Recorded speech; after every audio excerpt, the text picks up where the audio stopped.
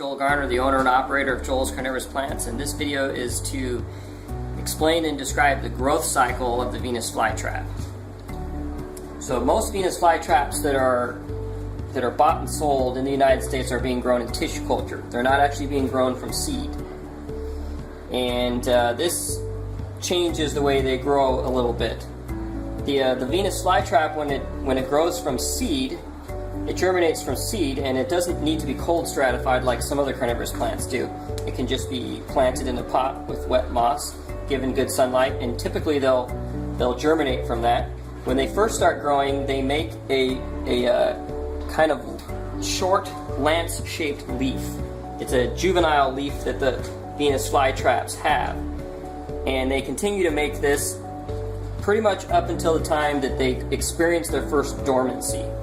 Once they experience their first dormancy, they then begin to make winter-shaped leaves.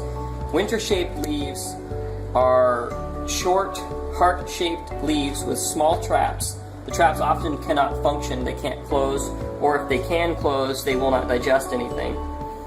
And they actually look kind of like this. If you can look, this is a heart-shaped leaf, and the winter leaves look kind of like that, except smaller, and often the traps are even proportionately smaller compared to the leaf than this is. After they make that kind of a leaf, which they'll do when they're dormant, they then begin to make spring leaves. Spring leaves look like this.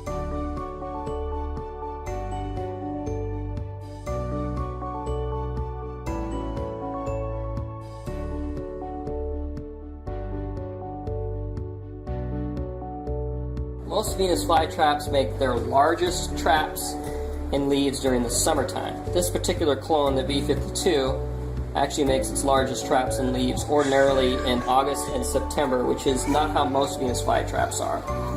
And often what you'll notice when your plant is transitioning from the tall erect summer leaves to the shorter prostrate thin fall leaves, which I don't have an example of here, but they hug the ground kind of like the spring ones, and they're just shorter and thin, is that it looks like the plant is getting smaller, shedding its bigger leaves and only growing smaller ones. It's not actually dying. What it's actually doing is that the rhizome under the moss is actually beginning to swell like a potato.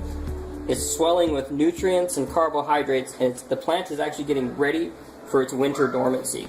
So during the whole fall season, this rhizome swells underground. So the plant looks visibly smaller in the fall than in the summer, but actually there's more plant mass underground that you can't see unless you dig it up.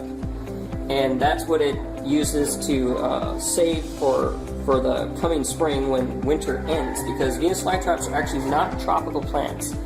They come from North Carolina natively, and they experience slightly cold winters that often go down to about 20 degrees Fahrenheit.